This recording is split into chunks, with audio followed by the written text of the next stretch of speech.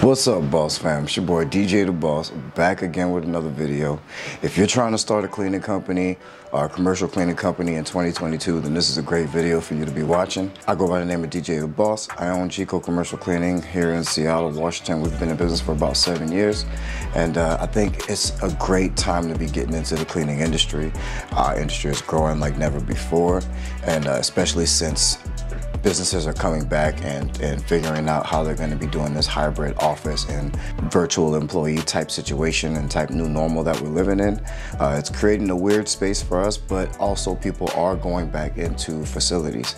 And so, that increased foot traffic along with the increased desire and need for cleaning and disinfecting, it creates growth in our market. All of us, there's room for all of us to gain some market share from that. So I think it's a great time to start a cleaning business. And in this video, I'm going to go over my tips and things to keep in mind for getting started in 2022, whether you're just getting started from the beginning or you're trying to grow a little bit or scale to that next level. It's a great video. So like this video for me so that other people can find this video in the YouTube algorithm, and YouTube can reward me by showing it to other people like us, aspiring entrepreneurs and business owners, cleaning company owners, so that we can build a bigger community. We're trying to build a huge community here of like-minded, aspiring entrepreneurs and business owners. And we want to be able to learn from each other. I don't sell you guys a bunch. I do have links in the description if you're interested in figuring out how to get in touch with me. But for the most part, I want everything to be on this channel and in this community. So don't be afraid to get down into the comments and leave a question, or let me know what you think of a video, or let me know what you want to see.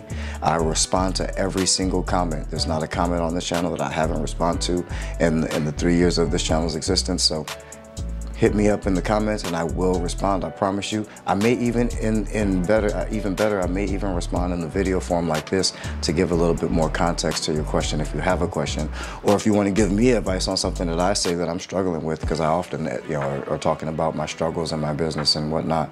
I actually have to fire an employee tonight, so I actually got to hurry up with this video. But anyway, that's what we're talking about, getting started or growing in 2022. So stay tuned. Look, this for all my boss babes. Go do your boss thing. Loving how you boss, babe. This for all my dreamers and my doers and all the entrepreneurs. Just believe in what you're doing and pursuing them. This for all my boss babes. Go do your boss thing. All right, welcome back, Boss Fam. So my first set of tips is going to be centered around pricing. Know your pricing. Price for yourself. That's going to be my first tip. It's going to be price for yourself. It's your business. You're in business to make you money. You have needs. You have things that you need to accomplish. So you need to be pricing with yourself in mind. And when I say pricing with yourself in mind, don't try to go off of anyone else's pricing or any of your competitors' pricing. Don't worry about what anyone else is charging. Worry about how much you're going to be paying to get the service done, how much it's going to cost you to get this service done, including how much it's going to cost you to pay your employee, also how much it's going to cost you for supplies, and how much profit you want to make on top of that. Small things in between that, for drive time, gas, and stuff like that. Those small things that add up. You want to make sure you try to include as much of that stuff as possible in your pricing. And also your profit margin. And your profit margin can be whatever you want it to be. It's just going to decide whether you're on the lower price point or the higher price point. And the way that you go about figuring that out, this next part is going to be a little bit counterintuitive to what I just said. But if you really want to, get an idea of what the pricing is like in your area, then you can do some corporate espionage. You can call around and pretend to be a customer, or pretend to be, or inquire about service.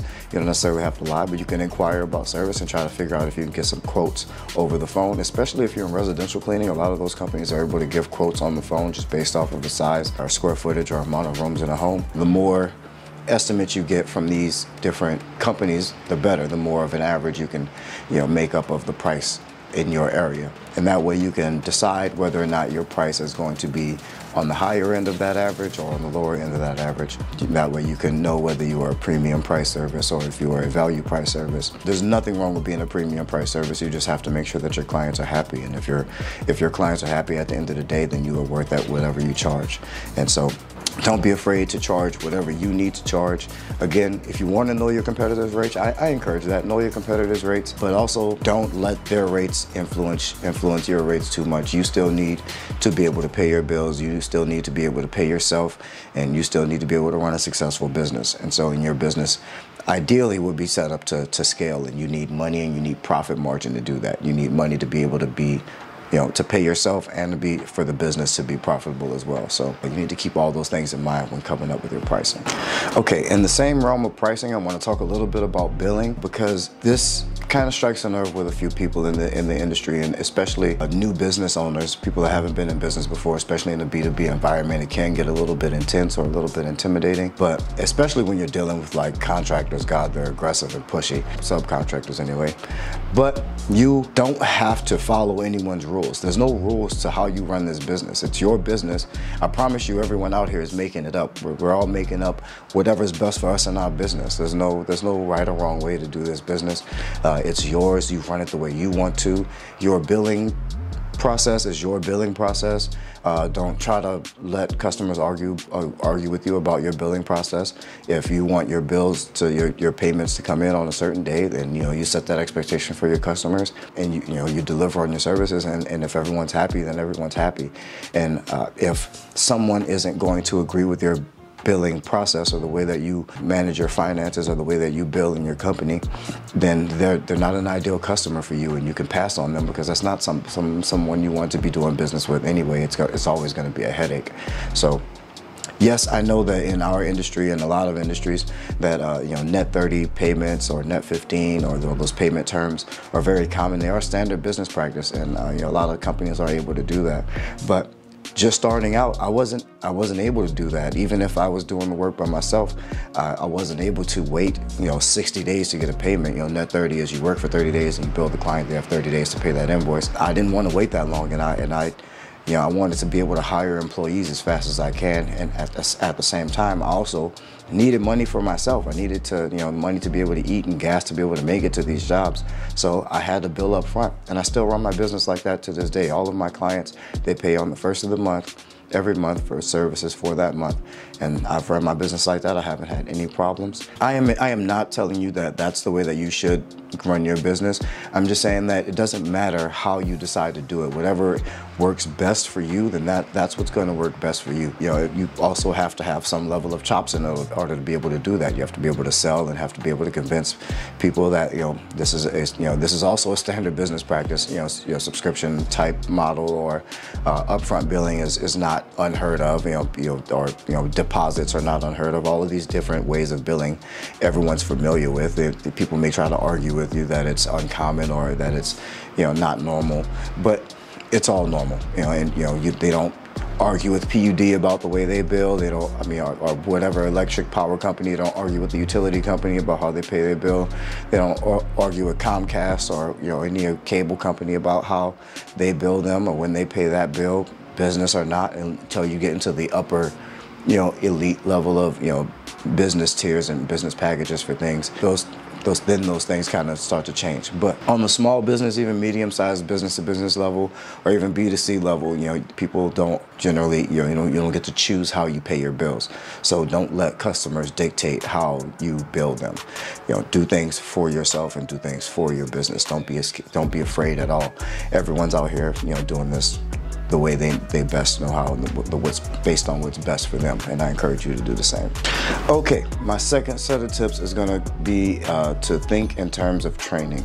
Everything you do, all the things that you're going to be doing, you want to think in advance of how you're going to train someone to do it. The first thing you can do is to, as you're going about your day and you're doing these tasks, write them down. Write down each task that needs to be done, and as you write down each task that needs to be done, write down the way you do each task, or how you go about doing each task. If there's some level of decision making, if the best you can, break down how you make that decision, especially if it's a decision, that someone's gonna make every day, whether or not to be in one area of a building or another area of a building, or where to start if people are still in the building or not in the building. You can kind of, decide all of that stuff ahead of time. The more things you can decide ahead of time and plan ahead of time, the better your employees will be for it, and the better your business will be. You won't have to repeat the same things over and over and over again.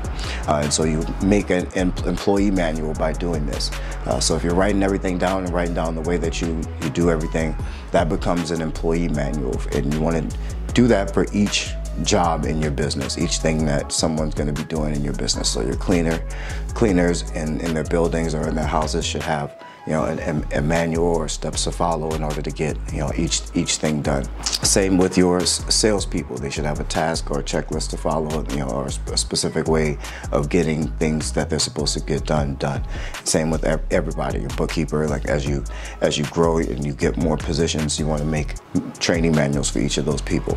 And it doesn't necessarily have to be written out. Some people just like to have that physical thing that they can read, but you can also, you know, do a video. I prefer to do videos, and that's how, you know, you're able to take advantage of some of these other platforms and learning management systems and use video, and they can gamify your training, and you can have points and certifications. But if you're able to put each of these tasks and each of these processes and procedures on video of how you do this or how you do that or how to get checked in or blah, blah, blah. If you record all of those things on video, then your employees can just watch these videos, or you can implement them into a learning management software and have it a little bit more structured and have a training program in that way. And learning management softwares are free to cheap, or, you know, or they can get as expensive as you want them to be.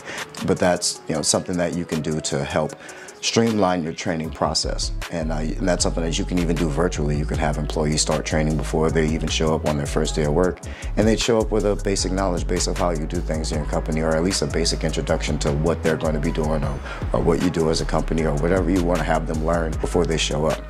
But that's going to be extremely important to scale your business. And if you're pricing right, like we said in the previous tip, then you know, being able to train is going to be the next thing. You're going to be able to have employees, and you're not going to want to, you know, waste too much money and dip into your profit margin by training employees for too long. So you want to have that process and get employees up to speed as quickly as possible, because the longer they're still training, the more it's costing you an opportunity cost where you're training them, and you know, instead of growing your business. That is going to be thinking in terms of training. And so that leads me to my next tip, which would be leaning on technology wherever you can. We were just speaking about learning management softwares that are either free or cheap. There's technology for a lot of things in your business. Even some platforms that have invoicing and email campaigns and chat and group messaging features for employees and clients, checklists and, you know, inspection lists and things like that. There's apps that include all of these things all in one. Yes, the better and prettier ones, and the ones that are more intuitive and easier to use, are going to be more expensive. But there's something in every price range. I've had GPS clock-in systems at as cheap as $7 a month for 4 or 5 employees. I think it was like 2 employees, $2 a month just in general to have the service, and like $1 or $1.50 per employee after that. I think the name of the app was like a Clock-In or something like that. It wasn't pretty. It kind of looked like something off of Windows 95, but it worked and it did what I needed it to do, and it got us to the point where I could afford a different software that managed a lot more, you know, until we got to the platform that we're on now. But there's tons of stuff like that out there, and you want to lean on technology as much as you can, and wherever there's a procedural gap or something that you can't figure out how to get done, I would encourage you to look for a solution in technology that can help solve that problem. Because generally they're going to be able to save you money in your business and save you time and make your business a little bit more scalable. The more things that you can have, you know, kind of streamlined with technology. Technology is always going to, you know, drive down the cost of business, and it's always going to, you know, change industries. And if you're not paying attention to the technology shifts in an industry, then you can easily, you know, be asleep at the wheel and, you know, be, you know, the blockbuster of the cleaning industry and get, you know, completely taken over or get completely put out of business because some new technology came out and, you know, you refuse to look at it or use it or figure out how to optimize or you know, take advantage of it in your business, and you're, you know, next thing you know, you're out of business. So don't let that be you. Lean on technology wherever you can. Google is your friend. Google, if you can't find something, just Google for it. I mean, don't try to reinvent the wheel. All these things already exist. You know, training programs, if you don't want to create one, there's ones you can buy. Forms, you can, you know, customize forms or contracts or checklists. All these things already exist, and you can, you know, find them just a Google search away, and you can customize them for your business. And that's a great way to get started if you don't have money to go and pay a contract writer or pay a lawyer to look over your paperwork. Yes, you're going to eventually want to do that stuff, but you don't need to in the beginning. You're just getting started. You really just need to get, sales in the door. You really just need to get money coming in the door, and you just start attracting clients. And so that's where your focus needs to be, as opposed to anything else.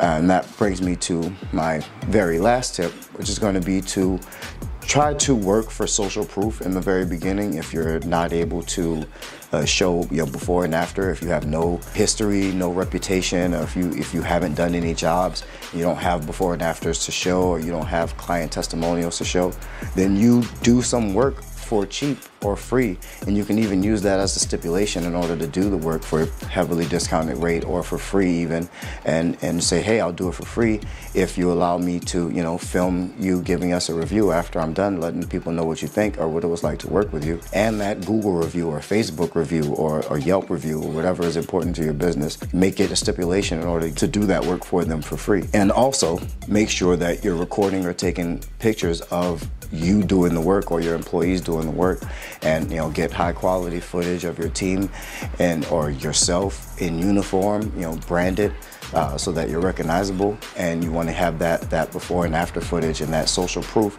so that you can sell to other people and you can sell to other clients like that client or that client type. That's going to be extremely valuable and help you convert a lot better. Not to mention you get to use those images for multiple purposes, for your website, to help with the website design. They can double as social media posts. They can double as pictures for blog posts on your website and things that you're going to need down the road. And the more branded it is and the more high quality it is, the better off you're going to be in the long run, and you're basically future-proofing your business. That's it. That's all I got for you. I hope you guys got a lot of value out of this video. Make sure you like this video if you did get some value out of it. I appreciate it. Please like the video and subscribe to the channel if you haven't subscribed to the channel already. I know a lot of you guys watch the videos and don't subscribe. Please subscribe. I mean, join the community. It's one of the best things you can do for your business, is to be around other business people, because I promise you, everyone else and most of the people around you don't think like entrepreneurs, and they won't be able to relate or understand a lot of the things that we go through and a lot of things that we have to have on our brains and consider. So surround yourself with like-minded people. This is a great community. I respond to every single comment. For the last 3 years, I've been responding to every single comment, so I encourage you to hit me up. Let me know what you think of these videos. Ask me a question if there's something specific you want to know or you want me to talk about. I'd be happy to talk about it or go further in detail, or even lift the hood up under my business and take you on my computer, and we can take a look at whatever numbers or whatever you want to see, or how I do anything. Let me know. I'm here for you guys, man. I appreciate it. But again, like this video, subscribe to the channel for me, hit the notification bell if you want to get notified every time I drop a video. Plan to be dropping videos a little bit more consistently here, hopefully. But I appreciate you guys. I love y'all. Keep that boss mentality. Peace.